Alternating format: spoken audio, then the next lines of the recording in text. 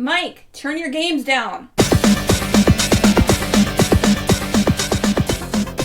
Hi, welcome to another spooky comic episode of Games My Mom Found.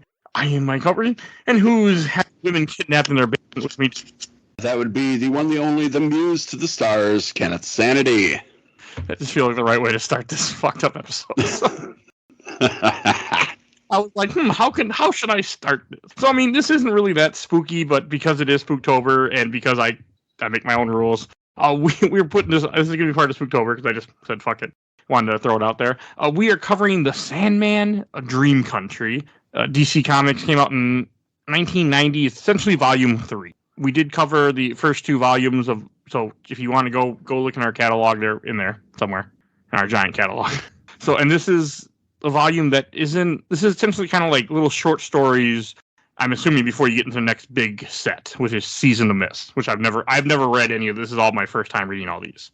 Yeah, and this is fantastic. You all might remember that we covered the previous volume, The Doll's House, last Spooktober. Yes. So, and whoo, boy, that was a hell of a fun time. This one, not as gnarly as the last one. And like Mike said, there's no overarching storyline. The narrative is split up. There's even a story where Dream doesn't even make an appearance. Oh, yeah. Okay, I know what you're talking about. But it serves the purpose of the feeling to understand what's going on. It's fleshing out characters. Yeah. And also the main reason we're doing this is because the show came out recently, and I watched the show and I'm like, fuck it, I need to read more Sandman. So that's also why I think about the show. And, listen to Ken Sanity. Y'all know me. Y'all know that I have exceptional taste. Everyone needs to read more Sandman. Everyone. How about more Damian Wayne books? How about those? Fuck off. Damian Wayne's a punk. And we did Sandman, Dollhouse, Comic 31, and Sandman, Preludes and Nocturnes, Comic 4. So if you want to get caught up, listen to those 2, then come back to this one. And then we're going to dig into Dream Country. So the first issue, so I had no expectation, nothing coming into this. I'm just like, okay, I'm just going to read some Sandman and see what happens. And so issue 17, the first, how do you pronounce that? Calliope? Calliope. This is a weird issue, too. Like, this is probably the creepier issue, I feel, of the set. I would agree. You're getting a lot of the dark magic that you got in the first volume with John Dee. And you're also just getting a lot of people being absolute shits. That's for sure. And I don't like it, but it's a good story. But I don't like it. No, like I was just very confused because it starts off with some random guy talking to some other guy, and he wanted a Bezoar, which I recognize the word, and then he says that this is a Tricknell Bezoar. It was made of hair. I cut it out of a young woman's stomach this afternoon, and I'm like, all right. I'm thinking that he murdered her, but I think he was a coroner or something. Coroner, doctor, something. Okay, because at first I thought, I'm like, oh, here we go again. It's just like Dollhouse. We have serial killers again. But yep. Nope. No serial conventions here, folks. No, we meet right off the bat. We meet Richard Madoc, and Richard Madoc is the one bargaining for the Bezoar, and he's trying to get it for reasons that are unsure of, and then we find out he's an author. He wrote one book. One amazing, exceptional book, and he gets a phone call. He gets a phone call while his doctor friend is there, and it's his agent asking for the next book because it's 9 months overdue, and you're almost in breach of contract. A very real thing, I'm sure. So. This is a desperate man. He hasn't written a word of the new novel, and he decides to throw his gross hairball into a bag, go take a walk. Was it just me, or when I think it's, a little bit later he talks about how he can't write, words just won't come, and all I could think of was from The Shining. Yeah. Jack is a dull boy if he only works, or something like that, however it goes. All work and no play make Jack a dull boy. Like, look at the novel I wrote of all the same sentence over and over and over again. That's just what it reminded me of. But, so yeah, you're right. He takes the thing in a bag. He goes to some weirdo old man's house who was, I think, a writer also. Yes. Yes, he goes to see Erasmus Fry. Now, Erasmus Fry is not a character that's been introduced in the book before. He's an author. He looks rather eccentric. Yeah, he does. And he's not going to waste his good sherry on a little shit like Richard Madoc. Yeah, he trades him because what does he want the Bazor for? I can't remember. Well, from the words of Erasmus Fry's mouth, let me tell you about Bazors. Word comes from the Persian Padzar. It means counterpoison, antidote, mainly found in the stomachs of goats and gazelles. Once believed to possess mystic powers, they can remedy poison, make the sick well. Edward IV survived the effects of a poison wound due solely to a Bazor in his possession. Okay. So on and so forth. I do like that that Sandman mixes so much of like mythology or like mysticism into the book. Yeah, and it goes even further than that. The name Erasmus itself comes from Desiderius Erasmus Rotterdamus, who was a Dutch philosopher and Catholic theologian. Oh, okay. Yeah, one of the greatest scholars in the Northern Renaissance. But this guy, not so much. No, I mean, he's like a psychopath. I mean, he talks about how he was a writer and that he was able to do this because he found a muse so many years ago, and that's what helped him. That's what helped him become who he is. And I guess the story wasn't in that he leads him down. He talks about all the glory he's got, the poems and the novels and the plays that he's wrote. And he talks about how he had kidnapped this woman when he was 27 years old, who was bathing in the spring, and I caught her and bound her with Mali, sorcerer's garg, as it's sometimes called, and with certain rituals. And he opens this door, and then you find this muse, just this naked woman locked in a closet. That's like, you can see her ribcage and everything. So he's like, he's starving her and not a piece of shit. You find out real fast. So. And we got to talk about this picture because the art style in this show is amazing, or in this comic here is amazing. Mm-hmm. You can tell that Calliope is just bound nude in this closet, nothing but hip bones and sharp angles. But everything here is very high contrast, and it's horrifying to look at. Like, you can see ribs protruding, bags under the eyes. This is not a woman who is doing well. No, and it gets even more fucked up pretty quickly when you realize how they use the muse. I mean, because at first I thought maybe it was an idea that having the muse near you would affect you. Yeah. Like you have her locked in your house, so therefore you are able to absorb her powers and you're able to think more and ideas come to you, and then you find out really quick that he has to rape her in order to get his ideas. I know it's a little fucked up. Like, I shouldn't say a little, but it's fucked up, and it hit me. I'm like, but it really makes you hate both these characters. I mean, the one thing is like when he brings her back, when the new guy that took her, that made up Madoc, when he takes her home, like he talks. I mean, you had the lines here where he talks about how she's not even human. He told himself she's thousands of years old.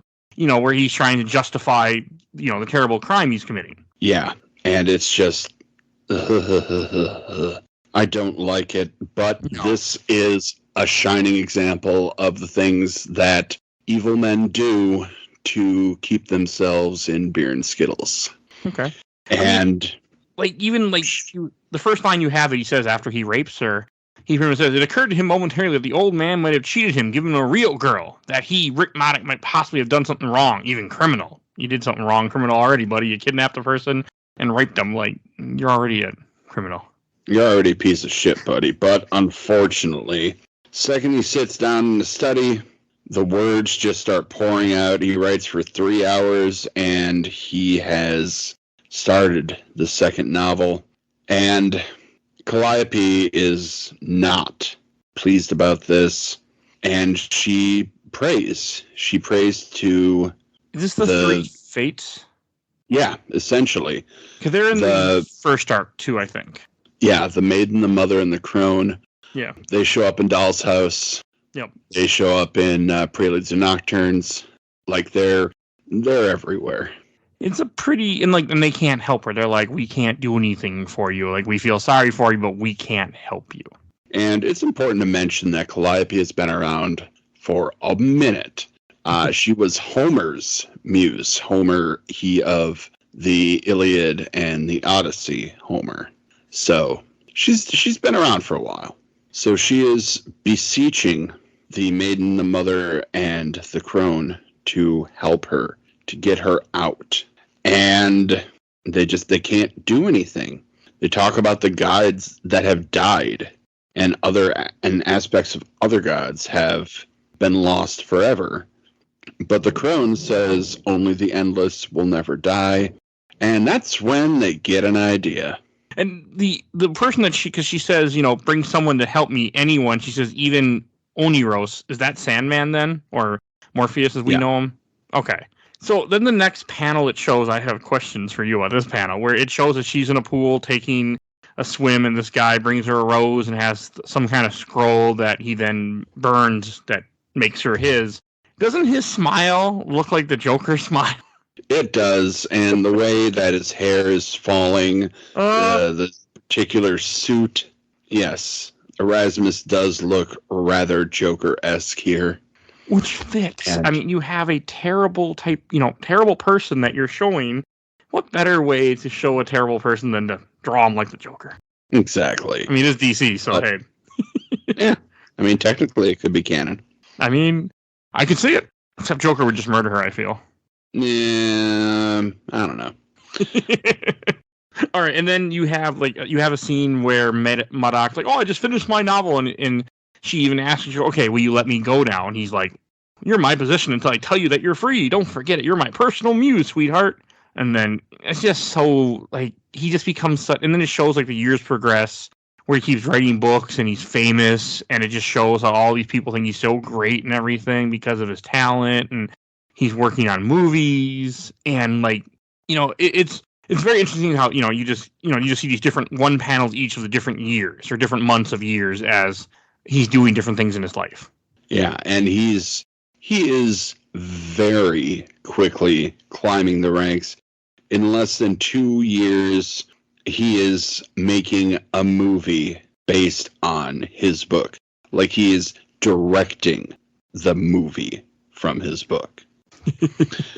Which is something that his old agent said, nope, not going to happen. Well, yeah, and also as a guy who's watched movies, if you're a writer, it doesn't make you a good director. David Goyer played Trinity. So, But he's got the muse, so apparently it's happening. And this is where she finally talks to Sandman. He mentions to her that, he was in prison, but now he's free because, he was locked up for all those years. And then you have MODOK he's on the radio, he's talking to it, he's being interviewed for some show or something. And I think this is when, they mentioned the other writer who gave him the muse who died because he poisoned himself. And he makes a mention about, we should, publish one of his books. That was his only good one or something like that. And it's the same one because he had mentioned years ago when he gave him the muse, can you, when you become famous, can you get one of my books republished? And he just ignored him. Yep. Erasmus Fry has passed. He died last summer while Richard was being super famous. Apparently he poisoned himself. Ha. That's funny. Because the Bezor protects him from poison, right? Yeah, supposedly. If it had any power. So he probably got screwed. It's probably a bad Bezor. Okay, I didn't catch that. And then you see him come home, and he gets all upset because Sandman is in his house. Or Morpheus. Oh, yeah. I mean, I'd be upset if Morpheus was in my house, too. A guy in a black leather jacket with giant hair and pure white. Yeah, pale white. Yeah. Yeah, if there's a different guy in a black leather jacket and pale white that isn't me, yeah, I'll be upset. And I like what he does to him. He takes away Calliope and he just says that you want ideas, you want dreams, you want stories, and ideas, you will have ideas in abundance. And he can't stop thinking. He can't focus on anything. And I think that is one hell of what he does to him. He just keeps having ideas, but he can't do anything with the ideas. And we glossed over a very important part of this book. Feel free. The reason that Morpheus helps Calliope is that Calliope is Morpheus's son's mother. Oh, I forgot he had a son. Yeah, I read this. Son Orpheus of Greek legend. Oh, okay. Who went down into the depths of Tartarus and charmed even Hades with his musical skills. So, Okay. Morpheus has a kid, at least a kid. Okay. I did not know that. I mean, I read this, but I guess it didn't register. I read it a couple days ago.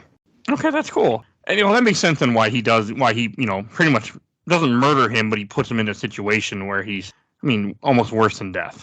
Like, you later on see how Maddox was trying to write, so he was writing on the walls with bloody hands, and his fingers are all broken. Yep, he ran out of paper. He just clawed everything out of the wall, and his fingertips have been worn down to bone, essentially. Yeah. And then he claws his some face. Of these ideas are fucking great. When he come back, all right, this is when he finally lets her go then. No, because he wouldn't let her go, but because of that deal or what Sandman did to him, then he lets him go. Then he lets her go. That's what happens, right? Yep. Okay, and I like how when he comes home, there's a one book laying there on the floor right by his door. It says, "Here comes a candle," the one by the guy that he took, got the muse from. Yep. That was his doctor friend. His doctor friend is the one who went back, but Morpheus has already spirited Calliope away. If you look at the cover of Here Comes a Candle, you'll see in the plot description, she was his muse and the slave of his lust. Ah, hell. That's gross. Uh-huh. It's a fucked up issue. It's good, but it's a fucked up issue. And this is, afterwards you get a conversation between Calliope and Morpheus, and she tells Dream that he's changed. In the old days, you would have left me to rot forever without ever turning a hair. And, well, we know that Dream has done that before. Yes, we do. First arc that I completely forgot about. Mm-hmm. The young African princess who still remains in hell. God, what was her name? Nala, something like that? I can't remember. I just know that she's in the first episode, or not first episode. She's in one of the episodes of the show, and then I remembered. I'm like, oh, yeah. Yeah, I think her story was in Doll's House. I can't remember. I think part of it. Go back and check it out. But she's still in hell. Yes. He's not a very nice guy. No, he's not. But he doesn't... this is his baby mama, so it's not quite the same. And then this is when you then have Maddox talking with the doctor, and he's like, I have no ideas. I have no idea anymore. No idea at all. He forget everything. It's all gone, so he can never write again. Yep. That's what he deserves. And you see Morpheus fading away, and he had all these ideas, and now he has nothing. And then that brings us to the second issue, A Dream of 1,000 Cats. Oh, I like this story. I do too. This is a really good one-off story that I really like. And again, it's not entirely unrelated. No, it's still related. There are some central themes that, make this story make sense in the larger narrative. And I feel like this is a spot-on take on cats, too. Oh, God, yes. I have 4 in this house. One running around near me at the moment. It's spot on. Okay, so it starts off where these two guys, this couple got a little white kitten, and they put it to bed, and it's adorable, and then it escapes out of the house because one of the other cats tells it, one of the outdoor cats or let's guess another neighbor's cat tells it, okay, it's time for the meeting or something. So it jumps out of the window into a tree, and then it follows this other cat who meets up with other cats to all go see some other cat, some old cat that's going to talk. And it is a gathering of a lot of cats in a graveyard. There's one panel, or probably a splash page of just, like you said, just a bunch of cats just sitting in a graveyard, and it looks really cool. If I ever go into a graveyard and I see a shit ton of cats, I am booking it out. I've been in many graveyards at night, but I've never seen cats in the graveyard. I've seen coyotes. There's coyotes, though. And then you see this old cat that comes to tell them a story and to share the dream that she had, and it's really cool. Like, she just sitting on the top of the statue talking about how she was, a home cat, and then fell in love with some tomcat, and he got her pregnant. And again, more fucked up humans, because it's Sandman for you. And you see them taking the cat. You see one of the humans takes the kittens, puts it in a bag, and then throws the bag into a lake and drowns all the kittens because they don't want kittens. Which is super unfortunate. Yeah. I mean, it's people, so I'm sure it happens. I mean, I don't know how people can do it, but I'm sure it happens. Yep. And the cat talks about how she could feel her children calling for her, their panic and their fear, and then they were just gone. And she knew then that she had been fooling herself, that they were subordinate to the humans. It was not an equal exchange. The cats were still subjugated by humans. They weren't free. Yeah. As I tell my kitten every day, she tries to escape the house and I won't let her. And the cat prayed. The cat wanted justice. The cat prayed, and the cat dreamt. And we all know what happens when you dream. There's also a really good line in here where they say, "Oh, I'm sure because the guy feels guilty the woman feels guilty for what they did." And he makes a sound. She's like, "Oh, she's probably relieved." Like that, the idea that animals don't care about their children. That's ridiculous. I can't even. They do. I mean, they just can't even with these fucking people. I mean, hey, the one thing about Dream Country is it's full of terrible people in some of these books. I mean, the first book, so some bad people. And then like you said, she's dreaming, she's praying, and then she wakes up in some like graveyard, and then ends up. Yeah, it's pretty creepy. Remind me of Lion King, though. But yep. And then she just walks in the dream world until she ends up to a cave with 3. Oh, I didn't even catch this when I read this first. A manticore, or I think a manicore, a Pegasus, and a dragon are all sitting guarded above this cave. That's cool. I think it's a griffin. I don't think. Maybe you're right. It's hard. I mean, the manicore has a lion's head. I'm not sure. Yeah, you're right. It's a griffin. It's a Pegasus, a griffin, and a dragon. And they're guarding a cave. A cave that this cat was sent to by a bird made entirely of bones to find revelation. 2 out of 3 ain't bad, right? Yeah. R.I.P. Meatloaf. I had to make the joke. It's interesting. Like, and he goes into the cave, and then the cat finds a giant. I guess that's supposed to be a cat. Yeah, that looks like a cat. Yep, giant black cat. And, of course, that is Dream. Oh, I did not catch that.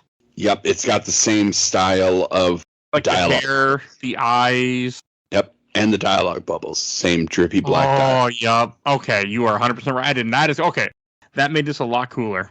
Thank you. So Kat has gotten an audience directly with Dream, and Dream shows her a world of what it used to be, where cats were larger and humans cared for them. They would groom them and feed them, pet them, and cats were free, truly free to hunt. And hunted them.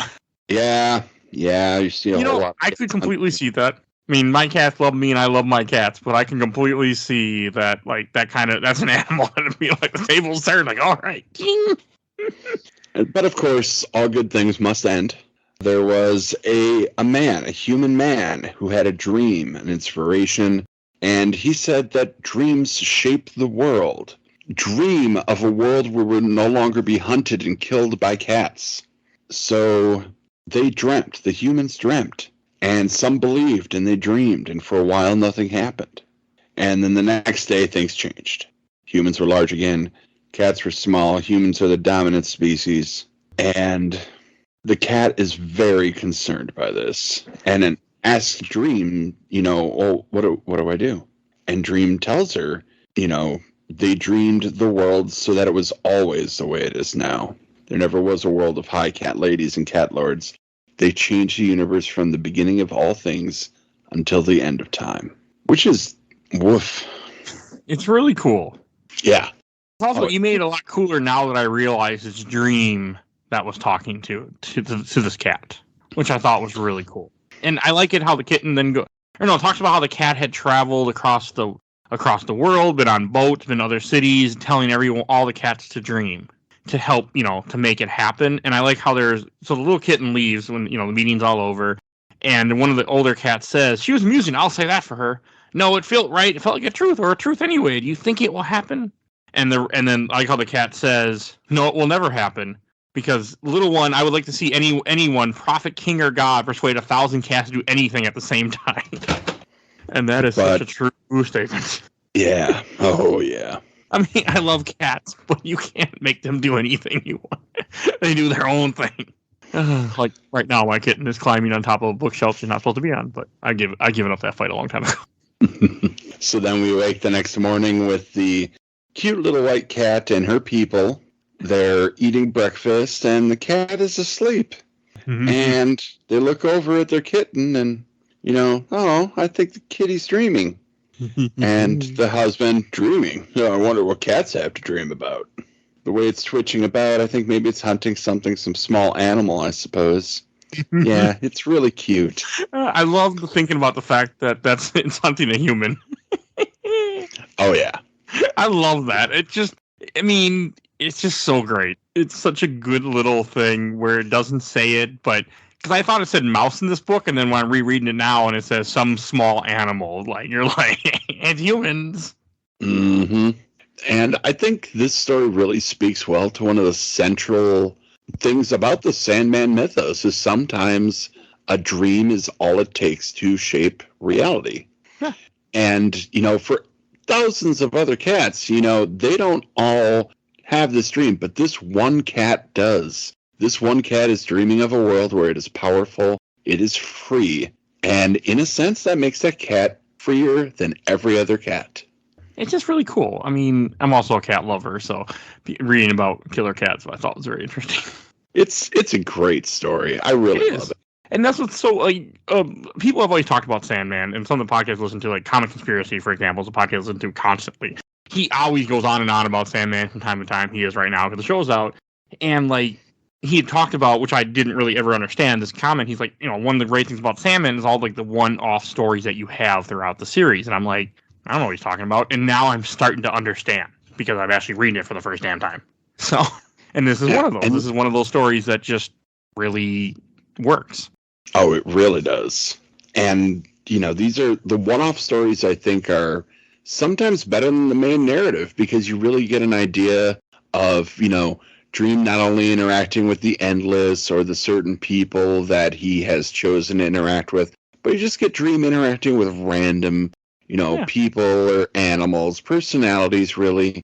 And they're just, you see how he interacts and you can see the growth in him as a personality from the beginning of the story to where we are now. Because I was watching the show with my wife and I was telling her, he's not a good person really at first. He put himself in these situations because he made bad decisions too. He doesn't think highly of humans but he changes as the show progresses. He really changes. I blame death. Me too. But the show and the comic, you can really see how he's evolving over time. Oh yes. Like that. All right, and this brings us to the third issue of this arc, which is Midsummer. Yep, A Midsummer Night's Dream. One of these stories that most Sandman people point to as one of the best standalones. Yeah, I've heard that. I've heard a lot of people over the years, well, mainly podcasts, mainly Comic Conspiracy, talk about how Midsummer's Night Dream, how this is such a great one-off issue, and this is a great comic book, and I'm just like, what the hell are you guys talking about? Because I've never read it, so... And then I finally read it, and I'm like, okay, this is pretty good. So the essential setup for this one is you have a wagon train full of performers with costumes, and they're on their way to a performance. And their writer is a young man by the name of William Shakespeare, who is traveling with his son, Hamnet. Yes. And I'm assuming that was the actual name of his son then in real life? I don't remember. Okay, I don't know anything about Shakespeare because I don't care. So I can't. Yeah. So I can't speak to it. So we see the theater troupe stop in the middle of a field, and Shakespeare goes and wanders off and meets somebody at the top of the hill. And who is it? Dream. Of fucking course it's Dream. So we find out that Shakespeare has written a play at Dream's request. And he finds it odd that he's performing in the middle of a field, to which Dream said, Wendell's Mound was a theater before your race came to this island. Shakespeare says, before the Normans? Dream replies, before the humans. I love how old he is. Oh, yeah. And Dream is essentially just playing the part of the wealthy patron. You know, like, yes, I paid this. I like the arts. Blah, blah, blah, blah, blah. And Dream has a very special audience coming to view the play tonight. So that's why they're setting up out in the field. Everybody's getting ready. In true Shakespearean fashion, you have men playing the parts of women. Which I like seeing that because it was a real, women weren't allowed to act at this time. So young boys or young men played women. Yeah, it's so dumb, but It's whatever. stupid as hell. But it's a historical thing, so I think it's cool that it's there for history's sake. Yes. I would like agree. stuff like that. I like when things are true. Like, I mean, yes, Morpheus is not real, as far as we know. And, this didn't happen, but I like the idea that they're incorporating things from reality and putting it in there. Makes me happy to see. And then Shakespeare goes off and tells his wealthy patron, all right, we all ready? Is the audience on their way? To which Morpheus says, yeah, I'll go call him. You go make sure everybody's ready to begin. He calls out, and there's a portal opened, and through it walk the fucking Fae. All the hobgoblins and fairies of the world have come to watch A Midsummer Night's Dream. It's really cool. Like, you see all the demon-looking things and monsters, and they're all just coming. And they make comments about it. Like, the actors are like, what the hell is out there? Like, who the hell are we entertaining? Yep, and, they're entertaining royalty. They're entertaining Fae royalty. And amusingly, they are all going to sit down to watch a play in which they all feature. Because this was Midsummer Night's essentially a play Dream. that Morpheus had commissioned, correct? Yes. Okay. Morpheus commissioned this play, and if you've ever read Shakespeare's Midsummer Night's Dream, it is very much a tale loaded with fairies, and everything that you see here, all of the words from the play are actually taken from Shakespeare's Midsummer Night's Dream. Well, that's cool. So the story just supposes, well, what if the actual, fairies that inspired the story actually got to watch the play? What would they think? Yeah, that's really cool. Okay, that I didn't know, because I've read very little Shakespeare. I maybe had to read Romeo and Juliet or something when I was in school a very long time ago. But it was never part of English that I liked. I love English. I love writing and reading, but it was not my cup of tea. Oh, there's some really good Shakespeare out there, man. It's not my thing. Listeners, if you want Mike to read Shakespeare, you can email at gamesbymomfon@yahoo.com, but I can't even tell you the last time I opened it up, so I wouldn't recommend it. Get a hold of me on Discord, get a hold of me on Patreon. Yep, we do have a Discord, we have a Patreon, we have a Twitter. Just get a Mike and say, hey, Mike, I want you to cover more Shakespeare, and we'll do it. I would. That's the problem. I don't see it happening, but I would, yes. But that makes this book even cooler now. That makes this a lot more interesting. Because I did catch that the people that they were talking about in the play were the people that were out there watching. I did catch that. But I did not realize it was actually, from the real play. Oh yeah, very much so. So the actors see what's going on, and they're trying not to shit their pants. Which makes sense. I mean, you have a crowd full of, fairy kings and queens. You have hobgoblins, trolls, all sorts of mythical creatures are sitting there watching your play. And you just got to be sitting there like, oh, don't fuck it up, don't fuck it up, don't fuck it up. Doesn't someone get eaten too as it progresses? Well, I mean, not eaten but he gets necessarily, but killed, right? Because one of the actors is or knocked the fuck out. Okay, because he's God, what is he again? He's supposed to be a hobgoblin or something. Yep. Okay, and then eventually, when the real hobgoblins pays attention to it, and then during one of the acts where they're off, where he's off, he goes and I think he impersonates him. Yeah, it's really fun to read because you see the people reacting to, oh, this dude's playing me. Well, that's not how I sound. It's funny. And constantly, the little hobgoblin is being told, hey, behave yourself. They're friends, not food. But, everybody seems to be really enjoying the play. And Robin Goodfellow is being played by a human. Robin Goodfellow is the Hobgoblin. And he's not terribly pleased about the fact that, somebody's playing him. Some mortal is trying to play him. And then you have William Shakespeare's character mentions about Marlowe will be able to gainsay that, and this is when he tells him that Marlowe was killed. Marlowe was killed. Is that somebody from actual history? Do you know? Yep. Okay. Yep. There was actually a lot of thought that Marlowe and Shakespeare were the same person for a while. Jesus Christ, what was his name? Philip Marlowe? This is beyond my... Christopher Marlowe. Okay. Philip Marlowe is something different. Kit Marlowe, also known as Christopher Marlowe. Elizabethan playwrights. He's, way up there, in fame. But he wrote, his biggest thing is the tragical history of Dr. Faustus. So he's basically the one who wrote the Faust. Like, every time we talk about a Faustian deal, it's all Marlowe's fault. Oh, okay. And it's kind of funny because we come to find out that Shakespeare's entered into kind of a Faustian deal. Okay, that is kind of cool. So we see Dream and Titania talking, and she is very interested in William Shakespeare's son. Very interesting. Apparently, Shakespeare and Dream came to an agreement. 4 years back, Dream would give him what he thinks he most desires, and in return, he would write 2 plays for me. This is the first of them. Okay. So does his son actually die, or did his son go to the other world and they said he died? Yes. Okay. Okay.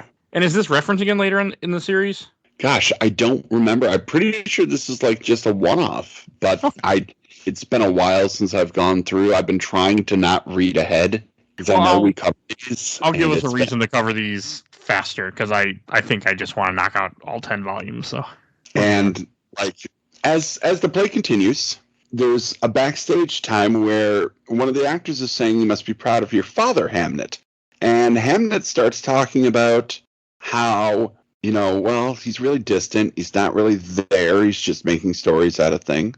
The best thing here is, first time I read this, I cried laughing. Mother said he'd changed in the last 5 years, but I don't remember him any other way. Judith, she's my twin sister. She once joked that if I died, he'd just write a play about it. Hamnet. I see what you did. Yeah, I did laugh a little bit at that one, too. I was like, oh, okay. So, Hamnet is not happy being where he is, and he's not proud of his father. He just wants his father to be a father. Which makes perfect sense. Yeah, and all the while, the play's still going on. And Robin Goodfellow's just loving it.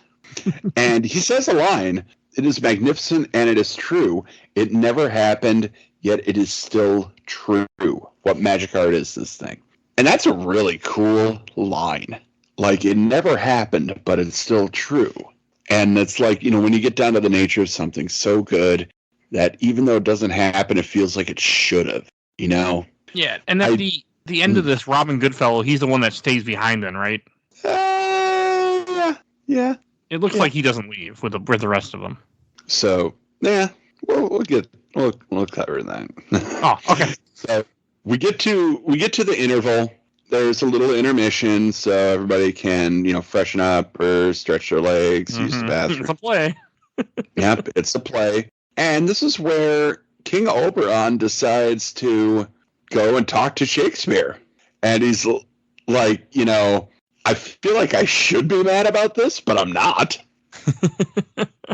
This is good stuff. I really like this. And then you see Robin Goodfellow kind of talking to the person playing him, and it's like, "Oh, there's your lines, I see." And I don't think he killed him. I think he just got knocked the fuck out. Yeah, I think you're right. As I'm looking at this now, I think you're right, yeah. Oberon decides to give the main actor a heavy sack of gold. And this is one of the most, the picture's just a close-up of Oberon's face, and he says, "Gold. You ask Oberon of the Fae for gold. Well, then you must have your gold, actor." And anybody who knows anything about the Fae knows you don't do something that stupid. Because I don't remember the Fae. I mean, I know of them, but I can't think of like what you're not supposed to ask the Fae for anything, correct, or something like that. Well, you're not supposed to take anything a Fae offers you. Okay. Especially not fucking food, like Hamnet does on the next page. Takes an apple from Titania. Okay, I didn't catch that. What seals his fate. Yeah, it's very much background. Yep, it is. Yeah, you don't fuck with the Fae. The Fae, they are malicious compliance embodied. They'll give you what you ask for, but in the shittiest possible way. Okay, that's cool. And then the play just keeps going.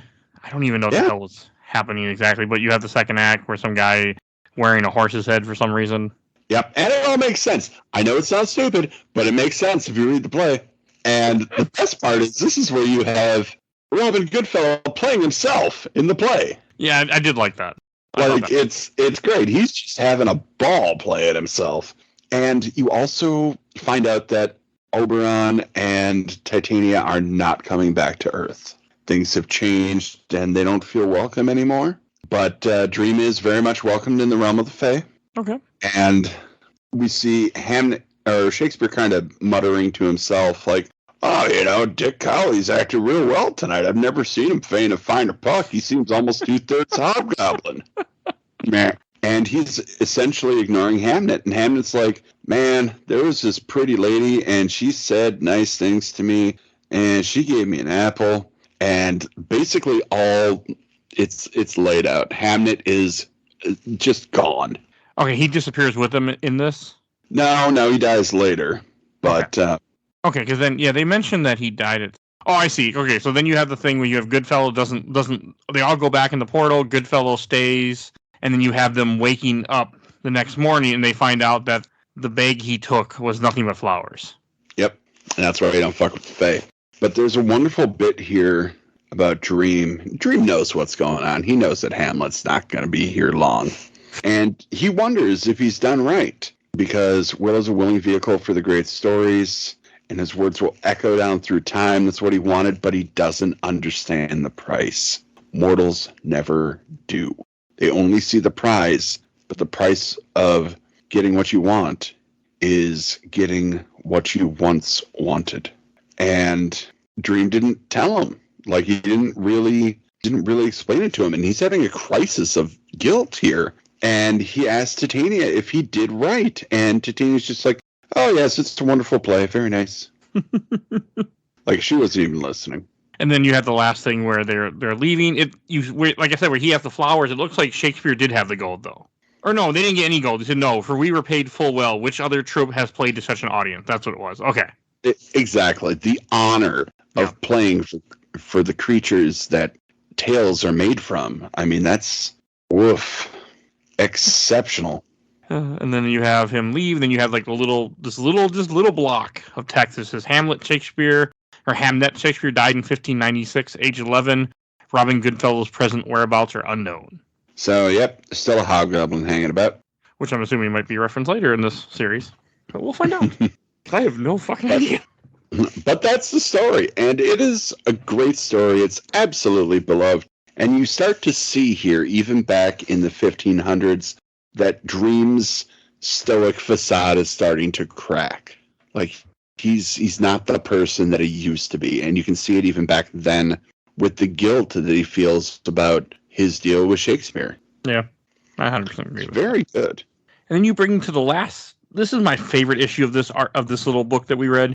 The last issue, Facade. Now, this, I had no idea what to expect. I've heard about the story, but like, I didn't know what I was getting myself into. It starts off, you have somebody randomly talking who's smoking, and I'm not a smoker, but I thought of you immediately, Kenneth, where she's like, they say that cigarettes will kill you eventually. Fine. That's just fine. And she's just smoking away. I just wish it would do it sooner. Mm-hmm. I draw the smoke into my lungs, extract the nicotine and the tar. It doesn't do anything for me, but I like the smoke. I like the ash, the way it falls. I like breathing out the smoke. I'm not a smoker, but I used to live with smokers. So, like, I completely understand all that. Like, I understand, like, how smoking, what the addiction smoking is. Yep. And just even reading this, I'm just like, shit, man, I want a cigarette now. Right. Like, it's just so poetic the way it's written. Mm-hmm.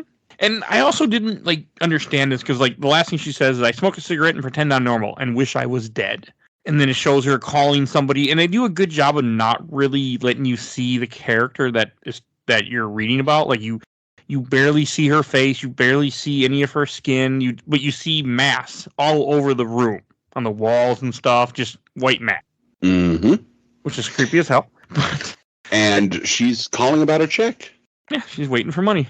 And then as the panels increase, you get more color, and then I could finally start to see, and I'm like, wait a second, one of her hands is purple, one of her hands is orange, her face is white. I'm like, wait a second, because I know some of DC lore and DC comics, because cartoons and everything else. Like, I know this is a character which is connected to the Metamorpho, which is the Rex I think she mentions in this comic randomly later on. Yeah, this is the female counterpart of Metamorpho, Element Girl. Okay. Yep. Okay. So, and this is basically Gaiman doing the same thing they did with Sandman. He's taking a neglected DC character and revitalizing it, making it, telling his side of what they're going through. He does a good job with it. Like I didn't even realize that this was a female character at first. It took a little bit before I realized that. But like you see where she sees an old picture of herself and then talks about how nobody will talk to her and the company is all I've got, and she always calls it just the company. Yep. And then you have her get a phone call, which is I guess an old friend of hers or something that wants to see her for lunch, let's say. Yep. And I think that's really cool. Like the way that they draw the panels, the way that they draw this character and then every panel always has mass all over the place in different areas in the apartment or the house, wherever she's in. I like that a lot.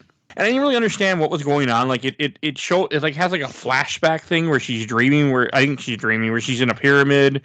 She looks, human, and then she ends up seeing the god of Ra, and he like transforms her into Metamorpho.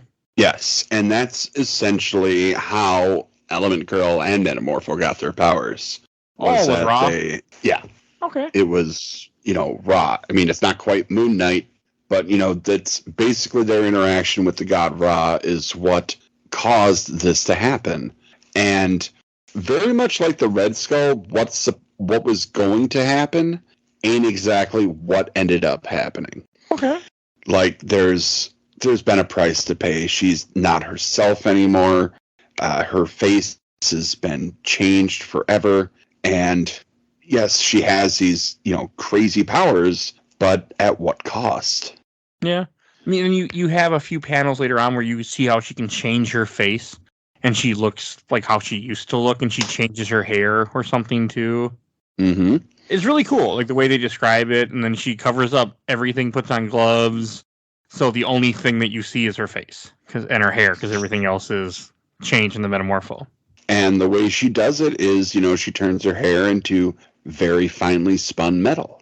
Her face is basically a silicate replica, but the problem is those faces dry up and they fall into lunch. I mean, there's some good stuff with this comic too. Like she goes to lunch with this woman who was her friend, who I think is like only pretty much just trying to gossip with her or something. Yep, just trying to gossip, make good conversation, and she has to tell somebody, and she's pregnant. Oh, she is pregnant. It's with a married man who, works in the company, and he's going to get a divorce. Sure, honey. Yeah, they are. But it always say that. Like when the woman that you're dating gets married after you start dating her and tells you, "I'm going to divorce him," you go, "Yeah." You go, "No, you idiot." You walk away. Yeah, you don't walk away. You don't keep walking down that trail for another year. No, I'm not speaking from experience. No, not at all. That's remind me immediately when I was like, that doesn't work that way. Like, there was a really uncomfortable moment in this lunch, though, when her friend starts saying, I'm 36, this is my first baby. What if it's like them? And she points out the window, and you see some kids with handicaps. One's in a wheelchair with no legs, one doesn't have an arm. Like, they're just It bothered me because I get it. Like, I mean, there are people out there that are that callous and, are like that. Like, I completely get it. And the reason it was so, like, the first time I read this, I was just like, oh, this sucks. This sucks because Rainey's just been talking about how much she's a freak. Mm-hmm. And to hear her friend talk about, handicapped children that can go out and live a life as freaks, well, then what must your friend think of her? Yeah, and then right after she says that, you have her face falls off into the spaghetti, and you see the spaghetti sauce just splash. Like, you have two panels, one with the mask falling into the spaghetti, the woman screaming, and the spaghetti sauce looks like blood splashing on her, and the other panel is the mask in the spaghetti sauce with spaghetti sauce on Mephisto, or whatever the hell her name is. So, it's a really good little panel. Yep. And her friend just, covers... Yeah, it's a skin disease. And Rainey is just mortified. It's good. And she goes home and she tries to call the company again, which you see her call earlier in the book. But this time, the guy Mulligan isn't there anymore for some reason. Yeah. But the cool thing is that she leaves her keys in her purse, and the purse is at the restaurant. So she essentially has to turn the doorknob to magnesium and blow open the door. Oh, that's what that was. I see. Okay, I read this last night when I was exhausted. I did not catch that. Yeah, and she changes out of her clothes by turning into pure nitrogen. This is when I recognized her, finally. This is the best shot you get. Green hair, one white leg, one brown leg, one purple arm, orange arm. I'm like, I know who this is now. And this has got to be a horrible life. And this is where she decides to kill herself. And she doesn't know how to do it. And she talks about taking her life. Like, I could do this, but this wouldn't work. I could do this. And at the same time, you have this woman that just walks into her apartment and sits on the bed next to her. And it was like, hey, door was open. I heard you crying.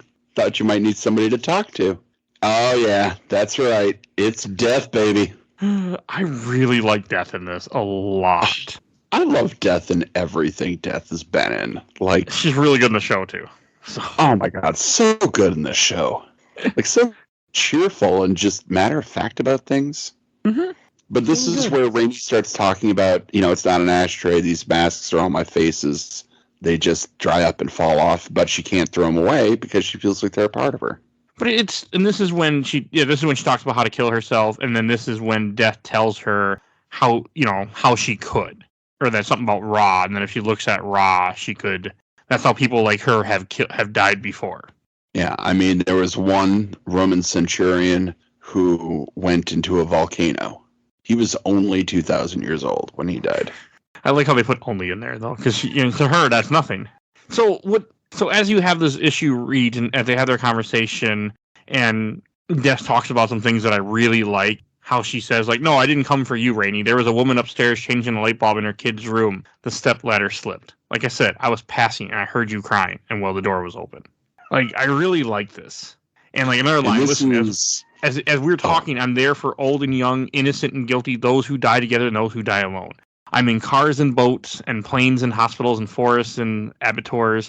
For some folks, death is a release, and for others, death is an abomination, a terrible thing. But in the end, I'm there for all of them. And I just love this.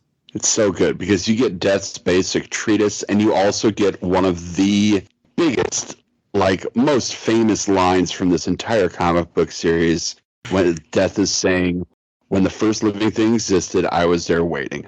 When the last living thing dies, my job will be finished. I'll put the chairs on the tables, turn out the lights, and lock the universe behind me when I leave.